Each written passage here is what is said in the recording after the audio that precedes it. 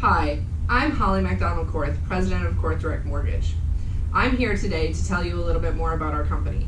I expect that you have already seen either our mortgage secured note program or our preferred stock offering. But I wanted to come today to give you a little background on what we do and where we're going with this company.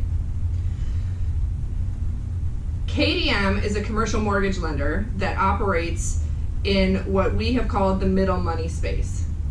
A few years ago, we set out to create this business on the back of J.W. Korth & Company, which is a fixed income broker-dealer founded in 1982.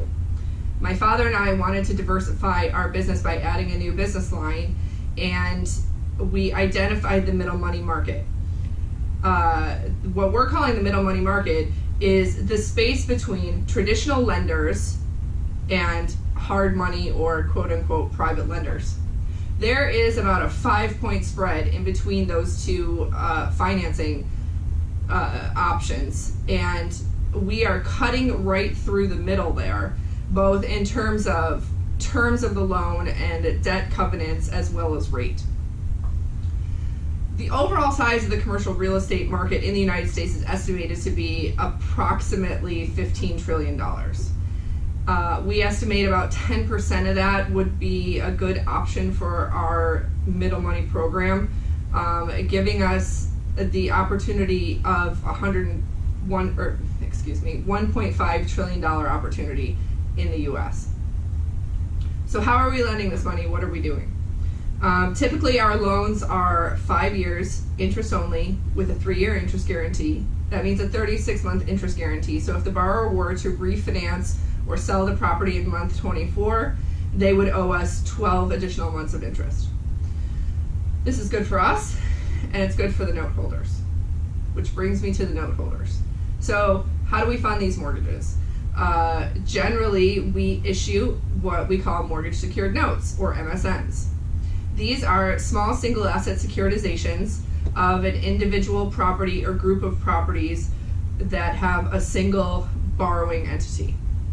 For example, 4 office buildings in New Jersey, all owned by the same company, or 2 warehouses owned by the same by a single entity.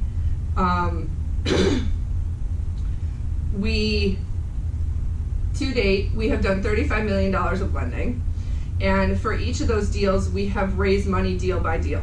Meaning, we've identified the lending opportunity, put together paperwork, and simultaneously sold a security, and then coordinated the trade date and settlement date of the security with the dates that we closed and funded the loan on the mortgage loan.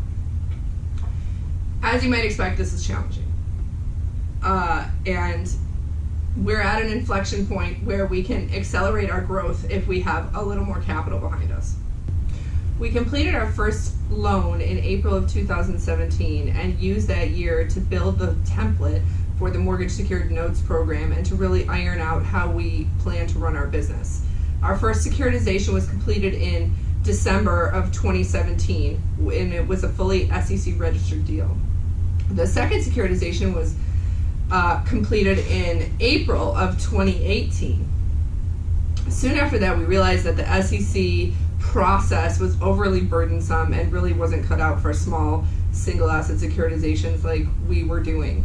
And we realized that since we are now a reporting company, we do all of our 10Ks and 10Qs, you can look us up on Edgar, we had the opportunity to issue 144A paper.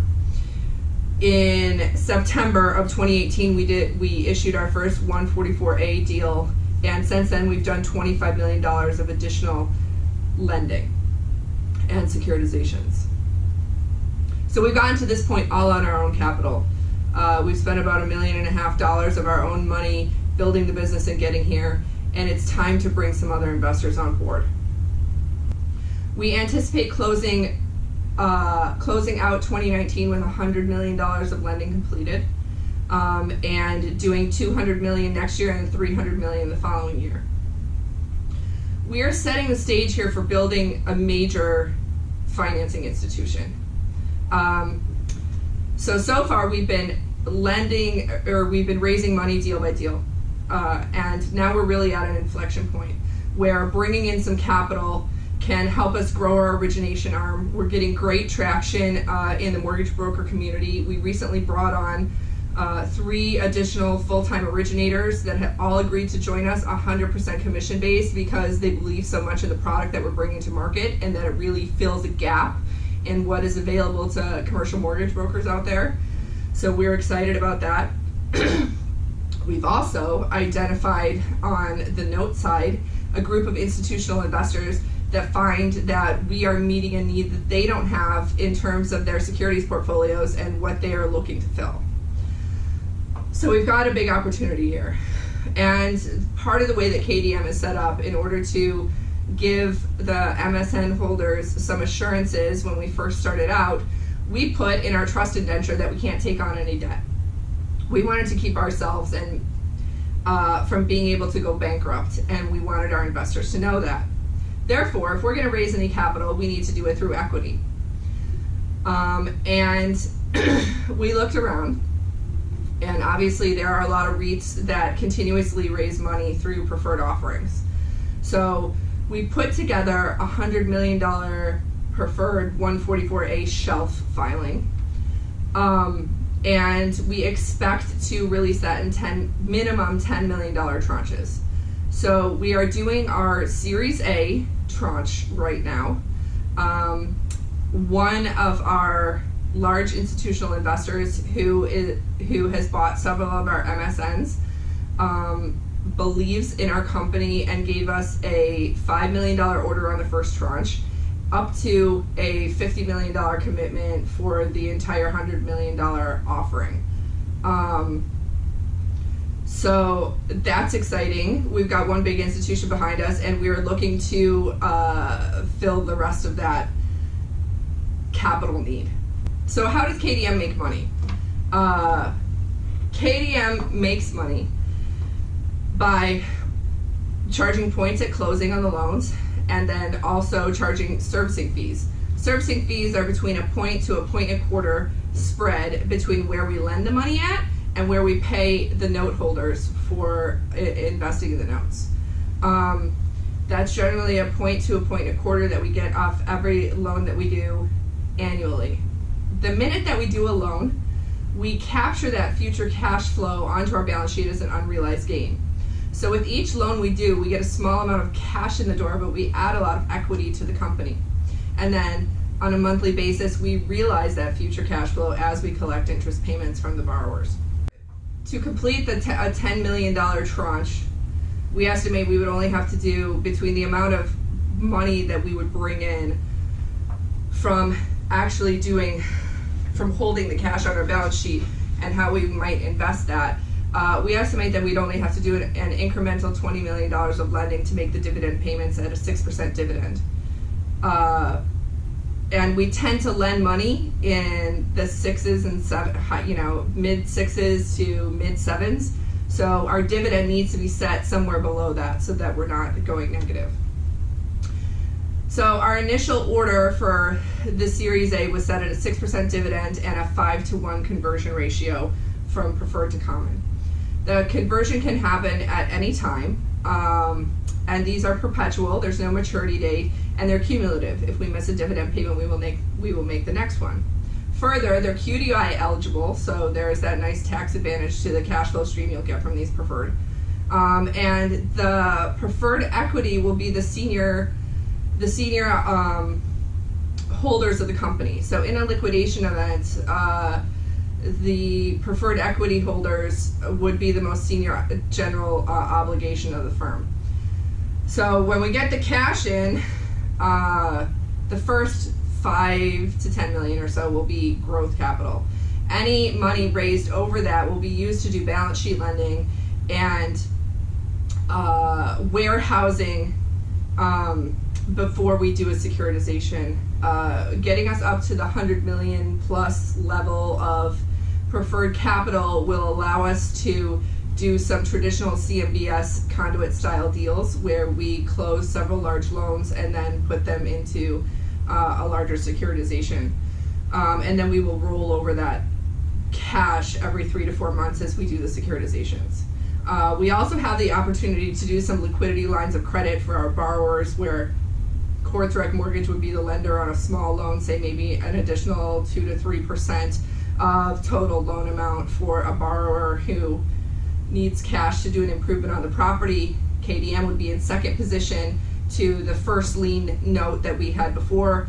In the event of a liquidation, we'd be controlling the whole liquidation, and so we feel confident that we could lend small amounts of money and make our money back there. We also, one big thing that we'd like to do with the proceeds of the preferred stock offering is make a commitment to the note holders that we will provide a 3 to 4 month interest cushion on their mortgage secured notes should any note default, which we haven't had anyone default yet. Should any note default, it takes a little time to get the assignment of rents and leases in place and to get the court orders and judgments and to get the tenants to begin paying KDM directly. So we want to make a commitment that we have the cash to cover that interim period so that the MSN holders can feel that their interest payments will continue to arise. It will make our MSNs even more attractive.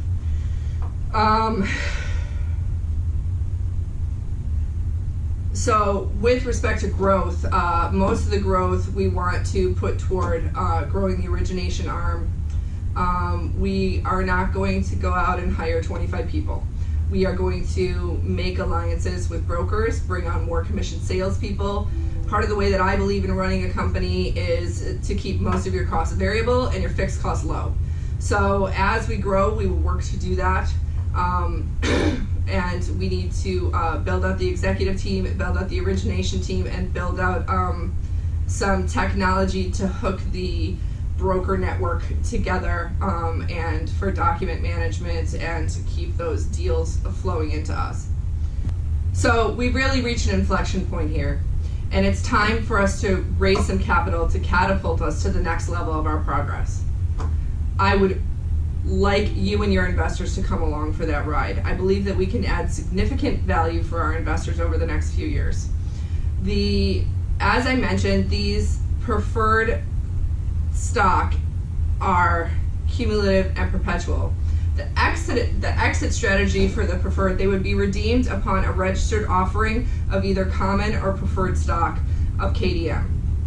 We plan to do an IPO at some point in the future. Because we're already a reporting company, it should be very easy to do an IPO. All of our financials will have been published along with our 8Ks, and it should be easy to accomplish in the next few years when the time is right, when we believe it's the right time for the company, and we believe that the market is right for us to do an IPO. With respect to the preferred, I am happy to do, or we are happy to do road shows either in person, electronically, or by telephone. We as the issuer want to support the interest and efforts of both the salesmen and the investors in whatever way we can, and I hope that you come along with us as we grow. Thank you.